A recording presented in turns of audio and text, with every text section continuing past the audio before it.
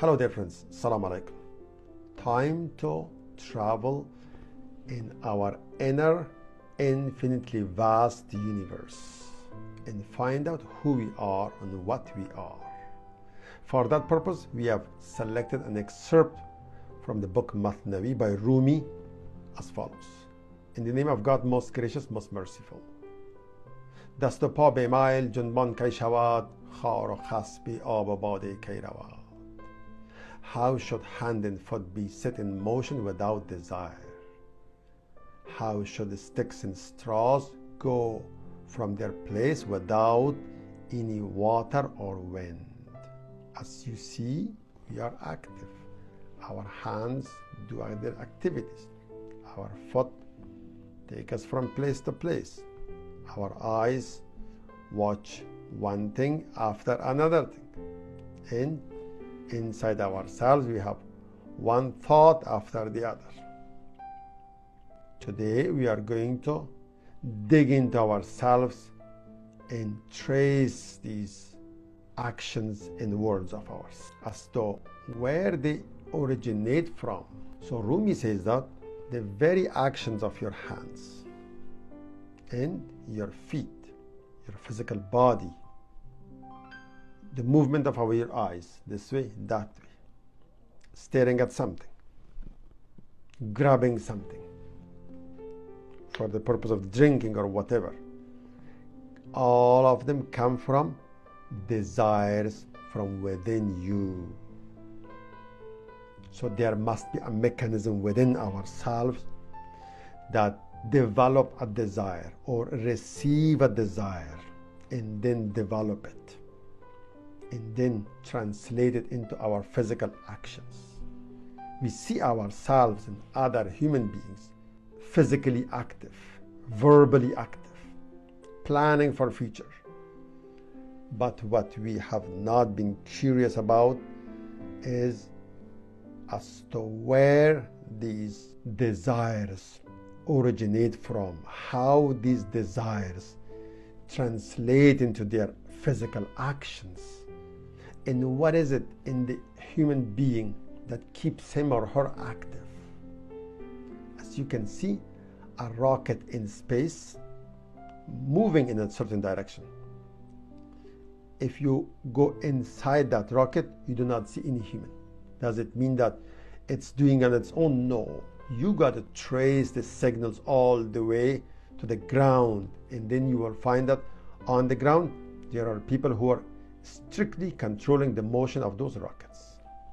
So similarly, he says that it's a desire in our heart. And the mechanism, like I just said it's our heart.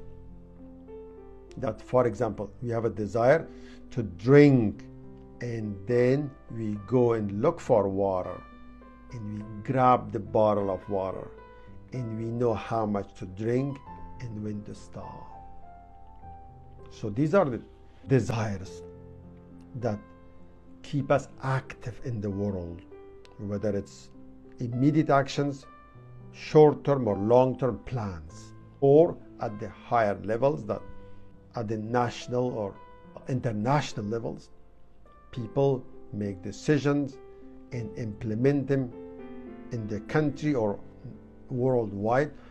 They all come from a human beings or group of human beings in our world.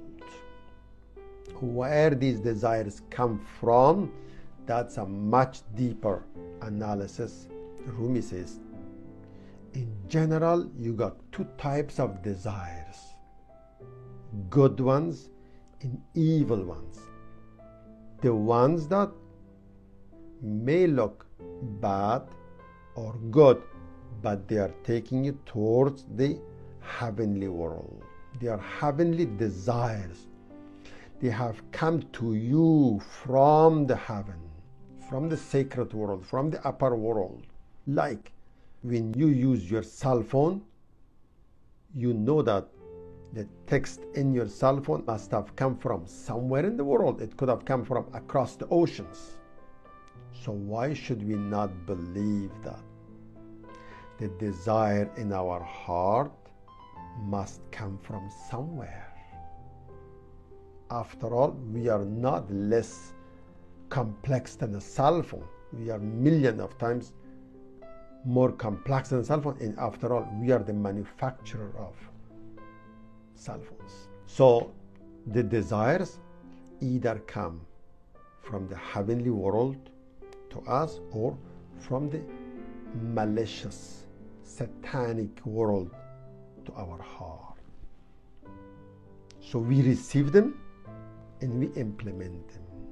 So the point is that one desire in our heart takes us towards becoming a better person, a more prosperous person, a person to do more for the welfare of our community, and ultimately a person closer to God Almighty.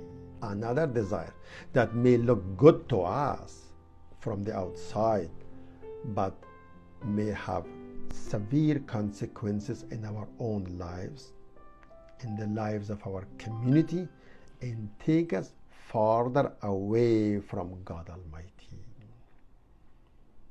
So pay attention to the desires in your heart. Always guard them. One desire makes us, let's say, Nelson Mandela. Another desire makes us Adolf Hitler. See the huge difference. If it made them who they were, you think they can't make us like one of them? Of course. We have the same mechanism within ourselves. It's the desire that takes us either towards upper world or lower world, or towards angelic world, towards satanic world. So the desires, until we have implemented them, apparently there is no reward or consequences. However, a good desire in our heart make us busy with good thoughts, with good planning in our inside, and that good desire, that good thought nourishes our souls even before we have implemented them, let alone after you've implemented them. Of course, as long as that project runs, the fruit comes back to your own soul and inner world. Contrarily, an evil inclination to take revenge on someone, to have hatred against someone, to hurt someone, to implement something harmful, also keep our inside busy, and it works like a rust on an iron, but on the heart and spirituality. It ruins our spirituality in heart. And remember, while you are busy struggling or entertaining that evil desire inside yourself, you are blocking the good or angelic desires from receiving to your heart. So even before you have implemented an evil or malicious desire, it damages your own heart and soul.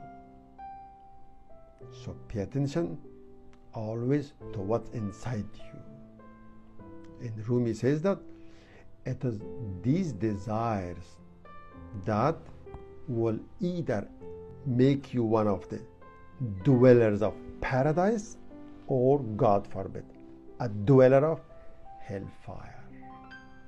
So as you can see, the desire in our heart, the inclination towards a good or wrong action, has a severe impact on our current life and on our life everlastingly in the hereafter.